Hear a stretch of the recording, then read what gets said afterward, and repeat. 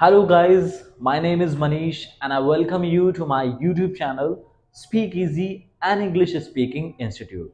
And today we have come up with a special and specific topic, that is use of can. Several students did comment and said to me like, sir please make a video on the topic can. And today आज हम बात करने वाले हैं can की. can को use कहां पर करते हैं. सबसे पहले मैं आपको बता दूं, कैन को हम तब यूज करते हैं जब हम एबिलिटी या कैपेबिलिटी या फिर पावर की बात कर रहे हो. जब कोई भी इंसान अपनी एबिलिटी बताता है या अपनी कैपेसिटी बताता है, तब वो कैन यूज करता है इंग्लिश में. आप उसको नेगेटिव में भी यूज कर सकते हैं, इंटेरोगेटिव फर्स्ट में या फिर सेकंड में भी आप उसको यूज कर सकते हैं. जैसे मैं अपनी एबिलिटी बता रहा हूं कि मैं तैर सकता हूं, तो यहां पर मैं कैसे इसको इंग्लिश में बोलूंगा और इंग्लिश में बोलने के लिए मैं क्या यूज करूंगा. ये मेरी एबिलिटी है और ये मेरे पावर का काम है कि भाई मैं तैर सकता हूं. सो इसको इंग्लिश में यूज करने के लिए पहले हमको देखना पड़ेगा ये पॉजिटिव सेंटेंस है, मैं तैर सकता हूं. अगर इसको हम बोल रहे हैं मैं नहीं तैर सकता हूं, तो ये हो गया नेगेटिव सेंटेंस. अगर कोई मुझसे पूछ रहा है या मैं किसी को बता रहा हूं क्या मैं तैर सकता हूं, क्या तुम तैर सकते हो, वो क्यों तैर सकता है या फिर वो कैसे तैर सकता है, ये हो गया हमारे इंटरोगेटिव फर्स्ट और इंटरोगेटिव सेकंड सेंटेंस. तो आपको ऐसे सेंटेंस में अगर पॉजिटिव सेंटेंस है तो आपको सबसे पहले यूज करना है subject. Then you would have to say can plus verb first form. जो भी काम आप कर सकते हैं उसकी फर्स्ट फॉर्म आप यूज करेंगे. कैन के साथ हमेशा फर्स्ट फॉर्म यूज करते हैं. Then you will say object. अगर यही एग्जाम्पल आपको नेगेटिव में शेयर करना है तो आपको सब्जेक्ट और कैन के साथ यूज करा, so it becomes can't, CAN''T, so it becomes can't. Then verb first form और ऑब्जेक्ट. अगर आप किसी से सवाल पूछ रहे हैं और वो भी क्या सबसे पहले आ रहा है, तो उसके लिए आपको कैन सबसे पहले यूज करना है. Then subject, verb first form और प्लस ऑब्जेक्ट. और कोई भी क्वेश्चन वर्ड अगर आप बीच में यूज कर रहे हैं तो आपको वो क्वेश्चन वर्ड सबसे पहले यूज करना है, WH family, then can, subject plus verb first form और ऑब्जेक्ट. जैसे एग्जांपल हमने लिया मैं तैर सकता हूं, सो I will say I can swim. मैं नहीं तैर सकता हूं, सो आई कांट स्विम. क्या तुम तैर सकते हो, सो यू विल से कैन यू स्विम. वो क्यों तैर सकता है, सो क्यों को इंग्लिश में बोलते हैं वाई कैन ही स्विम. या फिर एक और एग्जांपल, जैसे वो कैसे तैर सकता है, सो हम बोलेंगे हाउ कैन ही स्विम. एक और एग्जांपल देखते हैं जो कि पावर या एबिलिटी वाला सेंटेंस होगा, और वो एग्जांपल है कि वो 100 किलो वजन उठा सकती है. ये उसकी एबिलिटी हम लोग बता रहे हैं, क्षमता बता रहे हैं.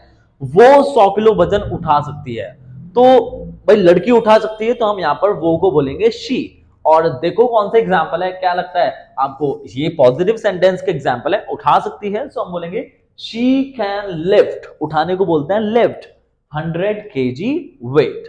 हमने बोला वो 100 किलो वजन नहीं उठा सकती है, तो यहां पर आपको नॉट यूज करना है. She can't lift 100 kg weight. अब मैं आपसे पूछ रहा हूं क्या वो 100 किलो वजन उठा सकती है, सो हम यहां पे कैन अब स्टार्टिंग में यूज करेंगे क्योंकि क्या सबसे पहले आ गया. Can she lift 100 kg weight. वो 100 किलो वजन कैसे उठा सकती है भाई, कैसे आ गया अब इसमें, सो अब यहां पर यूज करेंगे how can she lift 100 kg weight. यहां पर हम एबिलिटी की बात कर रहे हैं, पावर की बात कर रहे हैं, तो यहां पर हम कैन यूज करेंगे. एक और एग्जांपल देखते हैं, वो लड़का गाड़ी चला सकता है, ये हम उसकी एबिलिटी की बात कर रहे हैं. That boy can drive car. वो लड़का गाड़ी नहीं चला सकता है, ये हो गया negative example. So that boy can't drive car. क्या वो लड़का गाड़ी चला सकता है, can that boy drive car. और वो लड़का कितनी गाड़ियां चला सकता है, सो हम बोलेंगे how many cars can that boy drive.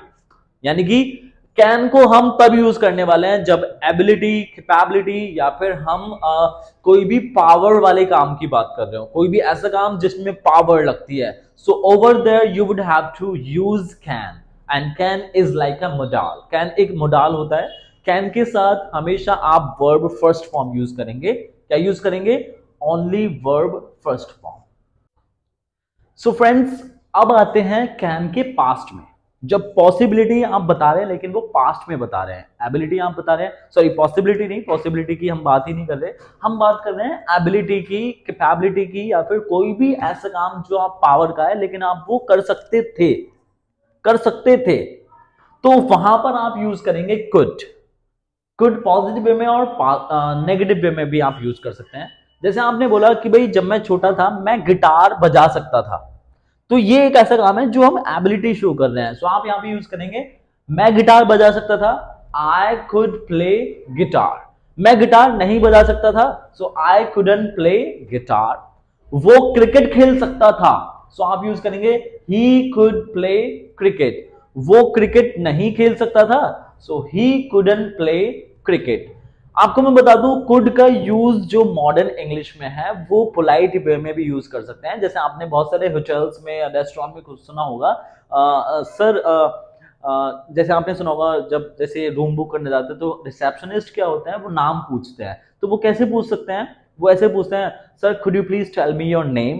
तो यहाँ पर कुड जो यूज हो रहा है वो एक पोलाइट वे में यूज हो रहा है, और क्वेश्चन पूछने के लिए पोलाइट वे में आप कुड का यूज कर सकते हैं, वो मॉडर्न इंग्लिश में होगा। लेकिन आप कुड का यूज पास्ट में भी करते हैं, और वो कब यूज करते हैं जब आप एबिलिटी शो कर रहे हैं, जब आप कोई भी ऐसा काम शो कर रहे हैं जो पावर का काम है। जैसे एग्जाम्पल हमने देखा वो 100 किलो वजन उठा सकती थी, तो हम बोलेंगे she could lift 100 kg weight. वो 100 किलो वजन नहीं उठा सकती थी, so she couldn't lift 100 kg weight. ये है हमारा कुड। पास्ट में हम कैसे यूज कर सकते हैं और कैन को कैसे यूज कर सकते हैं। मतलब जब भी आप एबिलिटी शो कर रहे हैं, जब भी आप कोई ऐसा पावर का काम शो कर रहे हैं, कैपेबिलिटी शो कर रहे हैं, प्रेजेंट में कैन यूज करेंगे और पास्ट में कुड यूज करेंगे। इन दोनों के साथ जो वर्ब यूज कर रहे हैं that you will use only verb first form. This is the format and this is the use of can and could.